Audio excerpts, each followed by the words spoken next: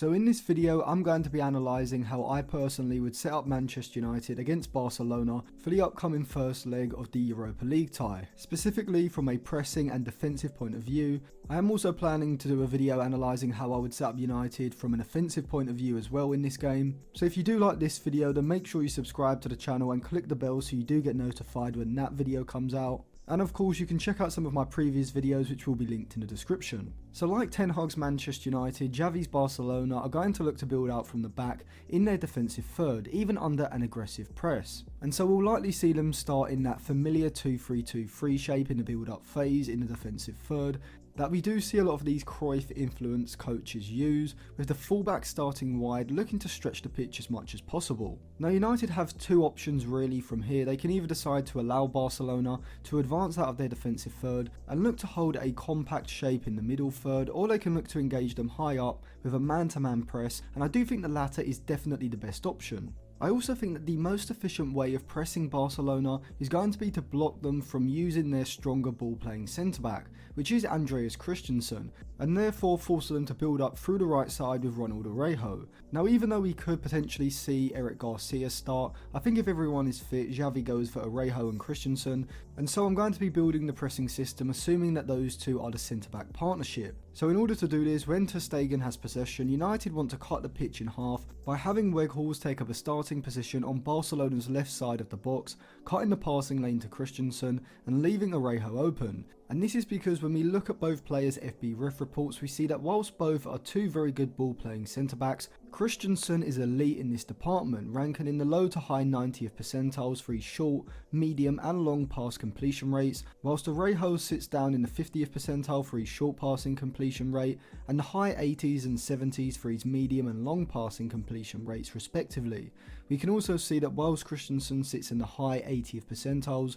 when it comes to his missed controls and the amount of times he's been dispossessed, Araujo ranks around the 40th percentile for both. And so we can see clearly from a statistical point of view that Araujo is going to be a lot more likely to misplace a pass or get caught in possession under pressure, which is why I'd look to force Barcelona to build up through him. And so I would instruct Rashford to hold a slightly wider and deeper position than he usually does in order to cut off the pass out to Koundé on the right flank, as if he were to push up high onto Araujo, then this would leave Koundé open, and the second phase of the press comes when Araujo actually receives the ball inside of his own box, and from here United will look to engage their man-to-man press by having Bruno Fernandes push up extremely tight, which with Busquets injured I would assume would be De Jong, with Casemiro and Fred behind, following Pedri, and likely Frank Kessie, who I would assume would come into that central midfield. Now throughout this part of the possession phase, it is likely that we see Barcelona move to more of a double pivot in the midfield area, with Kessie and De Jong maybe being the two to start there, and so like Ten Hag's possession system, Xavi's is also very positionally fluid,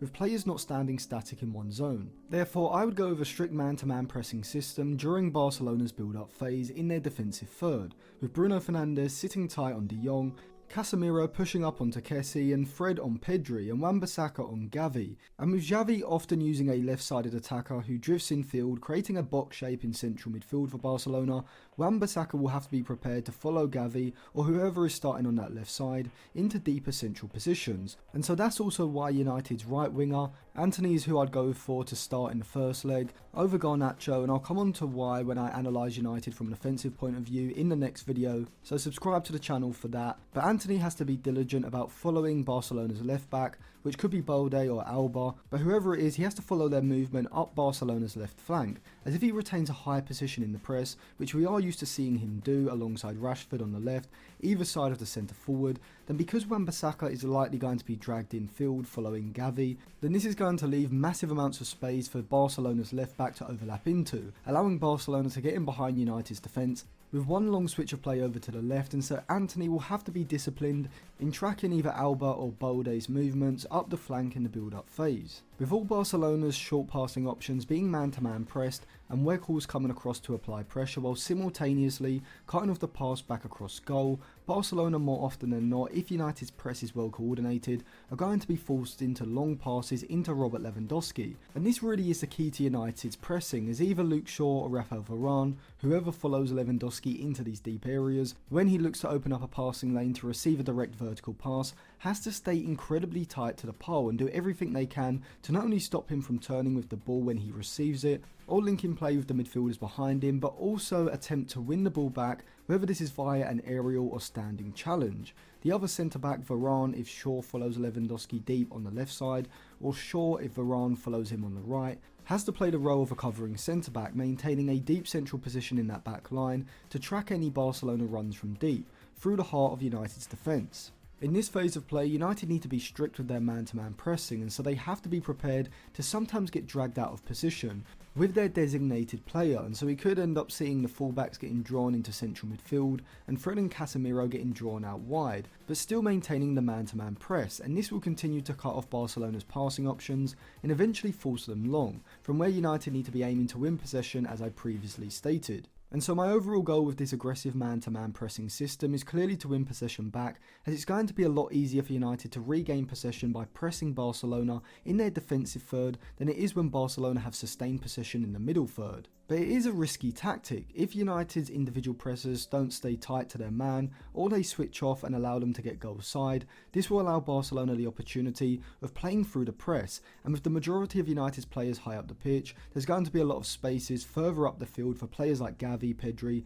Lewandowski and Rafinha to potentially exploit, and we did see this against Bayern Munich in this example, where Bayern are also utilising a man-to-man press, keeping De Ligt as a spare man in the back line, but because Busquets is able to get goals side of Bayern's front two, the Barcelona centre-back on the ball is able to play a pass into De Jong, who manages to get an ounce of space, and then he's able to bounce it around Bayern's press into Busquets, who then moves it first time into Gavi, and now Barcelona have the ball goal side of Bayern's midfield, able to directly attack the back line. But as always with football, this is just a theory, and so there are going to be times when United's press isn't going to be perfectly coordinated, and the Barcelona players are going to be able to get free and be able to play out of the press, such as maybe with De Jong pulling off Fernandes and being able to bounce a ball from Arejo to Christensen in space on the other side of the pitch. And when this does happen, you could instruct Antony to retain a higher position to continue to apply the pressure. However, I would prefer to have Antony following Balde on the left, as I think there are too many occasions when Barcelona will be able to do this,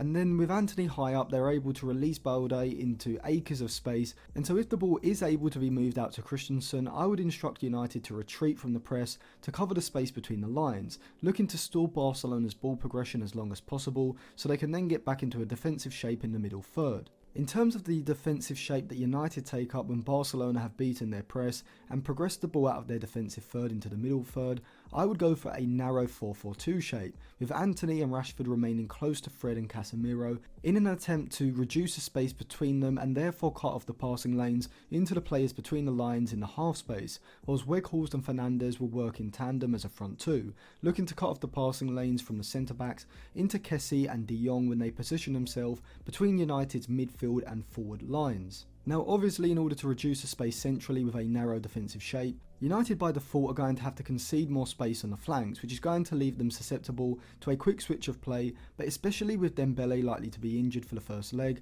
I think this is a risk that United can take, with me trusting Wan-Bissaka and Malacia in these 1v1 situations against what will most likely be Rafinha from the right and Balde from the left, overlapping what I assume will be Gavi drifting inside to create a box shape for Xavi's side. When the ball gets shifted over to one of the flanks, the United midfield needs to shift over quickly in order to retain its compactness, and this means that the wide midfielder on the opposite side, Antony on the right and Rashford on the left, needs to shift over into a central position to keep the midfield four narrow. The midfield double pivot of Casemiro and Fred need to be diligent in tracking the runs of Gavi and Pedri from the half space in between United's fullback and centre back, as when Wan-Bissaka and Malacia need to move out quickly to close down either Balde or Rafinha in these wide positions. The space between them and Shaw and Varane on their inside is going to increase, which could allow an underlapping run and a ball threaded through, enabling Barcelona to get in behind. So if the ball goes out to Barcelona's right, for example, Fred needs to track Pedri's movement,